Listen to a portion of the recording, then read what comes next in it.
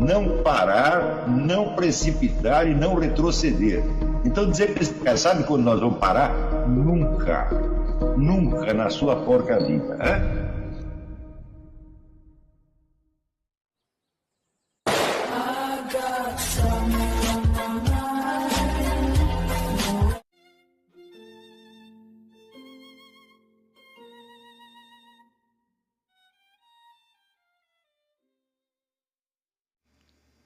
E aí pessoal, tranquilo? Então vem aqui antes do vídeo começar, pedir para vocês se inscreverem, quem não for inscrito, compartilhar, curtir, comentar. Quem puder seja membro do canal, que isso ajuda bastante. Tem também o link do Apoia-se. Quem puder ajudar nosso canal e apoiar financeiramente vai ser muito bem-vindo. Mas o mais importante é transmitir o conteúdo e os conhecimentos do professor Olavo de Carvalho para mais e mais brasileiros. Então compartilhe e ajude aí nossa causa. Muito obrigado a todos os membros, apoiadores do canal. Fico muito feliz. Tenho certeza que a gente está no caminho certo. Então fiquem com o vídeo e até mais. Valeu! Aqui o Silvio Carvalho pergunta o seguinte, essa pergunta até caberia mais no curso Filosofia, Política e Cultura no Brasil, mas vamos lá. É correto dizer que o controle da mídia pelo Estado, com viés marxista, é fundamental para que sejam inibidas quaisquer tentativas de desmascaramento da sua estratégia vazia, visto que somente pela desmoralização e exposição da sua incoerência ela pode ser combatida? Bem, não é só isso. O controle da mídia pelo Estado, seja numa sociedade já formalmente comunista, seja num Estado meio a meio como o Brasil, tem várias finalidades. Essa é calar as oposições, calar as denúncias é só uma delas. O mais importante é o seguinte, se existe uma lei histórica que funciona, é aquela de que a divulgação dos fatos produz novos fatos. Então, aquele que controla o fluxo de informações, ele tem algum controle sobre o fluxo dos acontecimentos. Pelo menos aqueles que dependem, vamos dizer, do conhecimento público de determinados fatos. Vocês viram, este exemplo único brasileiro da supressão das notícias sobre o Foro de São Paulo durante 16 anos por toda a mídia, sem exceção, foi isto que permitiu a ascensão do PT. Sem isso, jamais teria subido. Então, era necessário que o Foro de São Paulo crescesse, vamos dizer, em segredo, sem ser incomodado, sem ser denunciado. Tá certo? Enquanto isso, vai criando um esquema de poder, que foi uma verdadeira obra de engenharia. E também não podemos esquecer que o Foro de São Paulo, pelo menos no começo, ele teve muito apoio do Diálogo Interamericano, que é o think tank da ala esquerda do Partido Democrata Americano, na famosa reunião de 1993, da qual participou o Fernando Henrique, que até hoje não disse uma palavra a respeito e também ninguém lhe pergunta. Então quer dizer que houve ali uma operação de mídia claramente orquestrada do exterior por forças globalistas imensamente poderosas, que ordenaram a Operação Vaca Amarela, a Operação Boca de Siri, não se fala disso aí. E isso teve efeitos absolutamente devastadores, porque o inimigo foi crescendo, crescendo, crescendo, sob, vamos dizer, esse maravilhoso privilégio da inexistência. Aquilo que não existe não vai ser combatido. Então aí é mais do que, vamos dizer, um controle das vozes de oposição. Isso aí, vamos dizer, esse lado negativo da coisa, quer dizer, você remover o obstáculo, é só metade da operação, se tanto. O principal é que você está fazendo algo positivamente para mudar a situação, num terreno que, controlando o fluxo de informações, você controla também. Então tudo isso aí é engenharia social. E eu acho que um dia esta história da ocultação do Foro de São Paulo, ela vai ter que ser investigada, nós vamos ter que descobrir quem fez isso, de onde veio a ordem e por que foi tão uniformemente obedecida. E aí todo mundo vai ter que prestar satisfação. O Otávio Frias, os Tivita, os Marinho, todos eles vão ter que responder por isso. Agora, o fato é que essas ocultações, elas criam situações enormemente constrangedoras, onde assim, todo mundo é culpado. Então a tendência é, mesmo depois que cessou, vamos dizer, a vigilância que impede a divulgação continuar informalmente proibida, quer dizer, não se fala mais disso. porque já criou vexame, já criou comprometimento, como o caso do Obama aqui, com o negócio dos documentos falsos. É a coisa mais bem provada do universo é que os documentos dele são falsos. A possibilidade de que sejam autênticos é zero. É só você examinar um pouquinho, né? Você vê que não é possível, sobretudo aquele maravilhoso alistamento militar, em que ele precisava ter assinado em 1980, assinou em 2008, né? Portanto já é um documento inválido. E o que ele fez para mudar a data? Pegou um carimbo de borracha, cortou o 08, virou 80. É uma coisa infantil, né? E assim por diante. Mas todos os documentos dele são falsos, os demais nós não sabemos se são falsos ao tempo, porque ele mandou esconder. Agora está o Ted Cruz fazendo exatamente a mesma coisa. E ninguém na grande mídia quer tocar no assunto. A gente fica sabendo por causa da internet. Mas você não vai ver nenhuma discussão séria sobre isso, nem no New York Times, nem no Los Angeles Times, nem na CNN, em parte alguma. Quer dizer, é uma coisa que todo mundo sabe, mas, vamos dizer, nos círculos oficiais, círculos elegantes, não se pode falar. Então, fica o sabido pelo não sabido, o conhecido pelo desconhecido. Isso aí pode se prolongar muito tempo depois de passar da situação que exigiu isso aí. Porque é sempre, vamos dizer, é sempre uma vergonha, é sempre um vexame. Né? E as pessoas não vão sair contando, eu escondi por causa disso, levei uma propina, recebi uma ameaça, ou eu não presto mesmo. Né?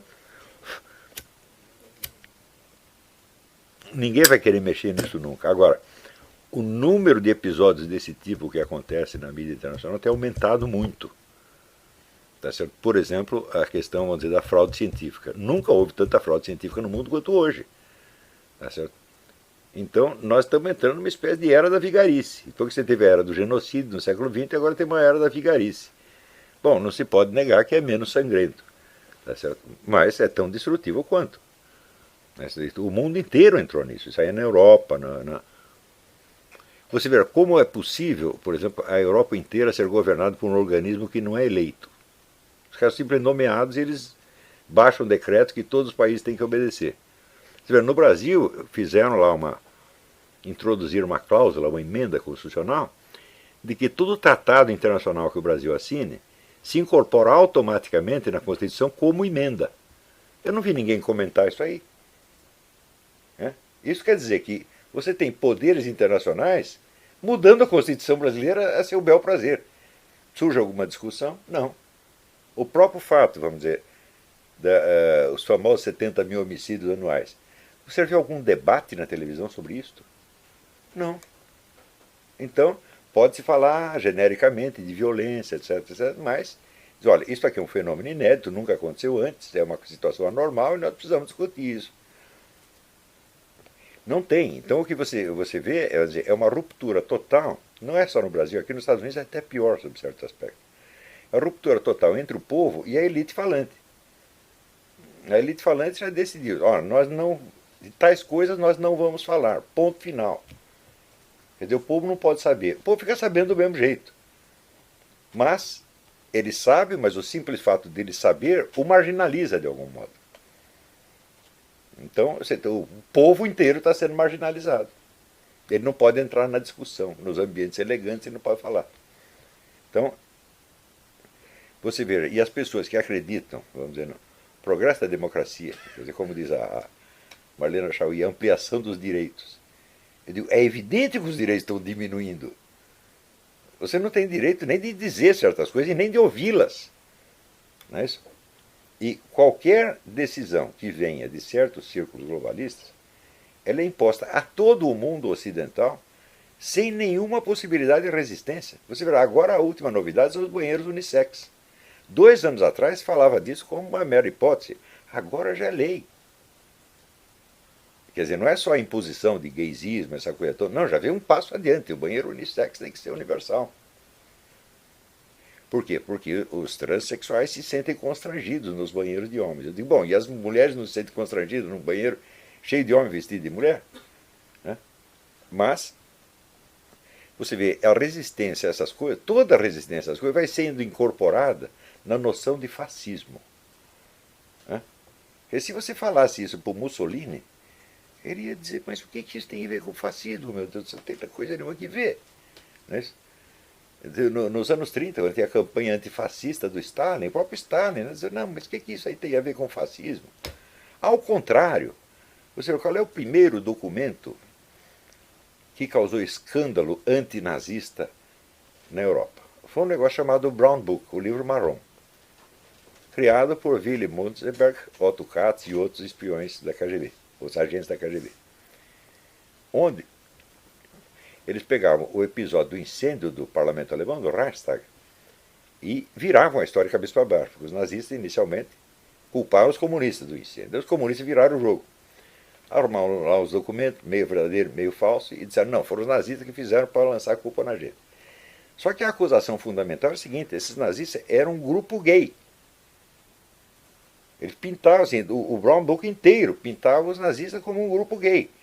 Inclusive o rapaz que tocou fogo, que era um holandês, chamado não sei o que, Van der Lubke, era apresentado lá como amante do Hermann Göring, e assim por diante. Então, o anti-gaysismo aparece em primeiro lugar como uma iniciativa comunista. Antes não tinha.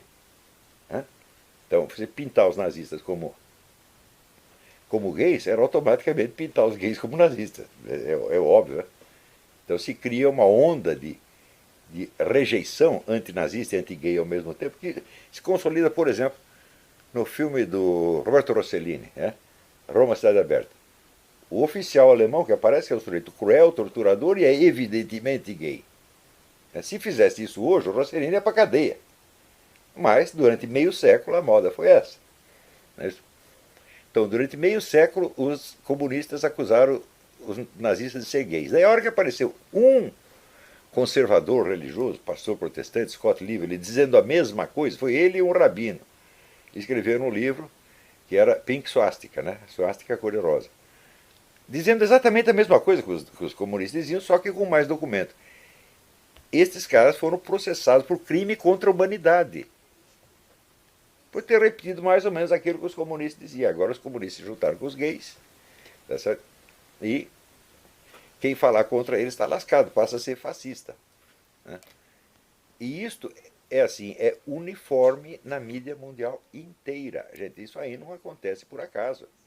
Isso não é a simples afinidade, que um pensa igual ao outro. Não, isso aí é uma instrução que vem de cima mesmo.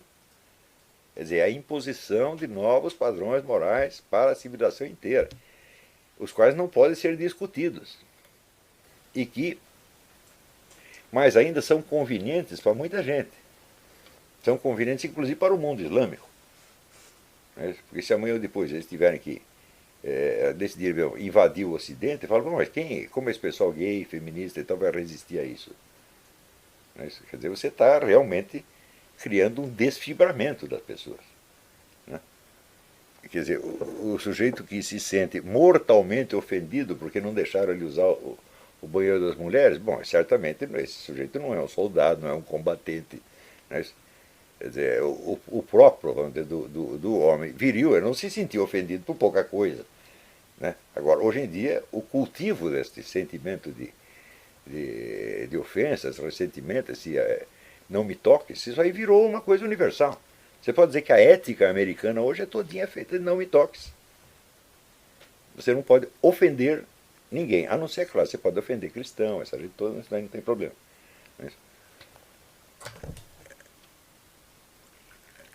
Então, esse pessoal está criando uma confusão moral na cabeça das pessoas, que é um negócio abismante. E pode haver algum debate sério a respeito? Não, porque os canais de debate são controlados pelos mesmos grupos que estão impondo isto. Então, a única solução, quer dizer, se não houvesse internet, nós não saberíamos de nada. Nós estaríamos exatamente como o cidadão soviético. É por isso que tantos governos estão interessados em controlar a internet, inclusive o nosso, agora com esse negócio de diminuir o acesso. Isso vai ser uma tragédia para os brasileiros. Ou eles vão ter que gastar muito dinheiro, ou vão ter menos acesso. Então, o controle de mídia é uma coisa muito mais vasta e muito mais importante do que parece à primeira vista. Não é só calar vozes da oposição. Preste atenção, você não está calando vozes da oposição, você não está calando opiniões. Você Você está suprimindo fatos. Né? Se não deixa as pessoas emitir suas opiniões, pelo menos os fatos circulam, bom, então você tem uma atmosfera possível para uma discussão. Mas hoje não se trata só disso, se trata de você moldar toda a visão que as pessoas têm do mundo. E moldar desde pequenininho.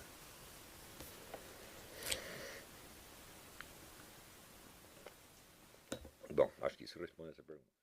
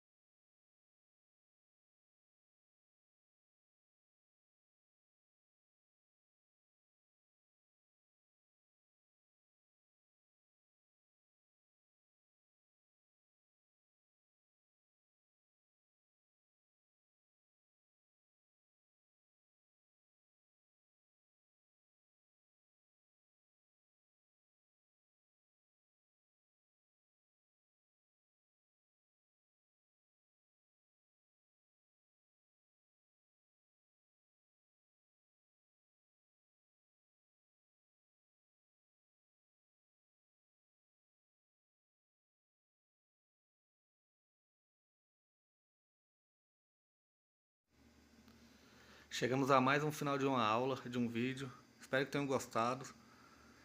Quem não se inscreveu ainda, se inscreva, compartilhe, comente. Ajude o nosso canal, apoie, seja membro.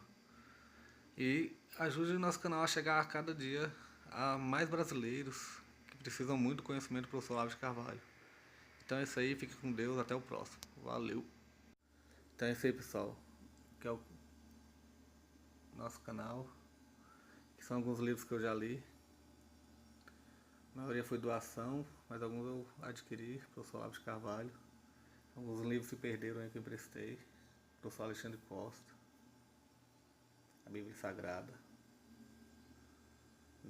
10 lições sobre Karl Marx. Indico a não ler esse livro, que é muito ruim mesmo. Alguns pensadores aqui que realmente, como o professor Olavo de Carvalho disse, não são pensadores. Valeu, tamo junto aí. Apoie nosso canal, seja membro.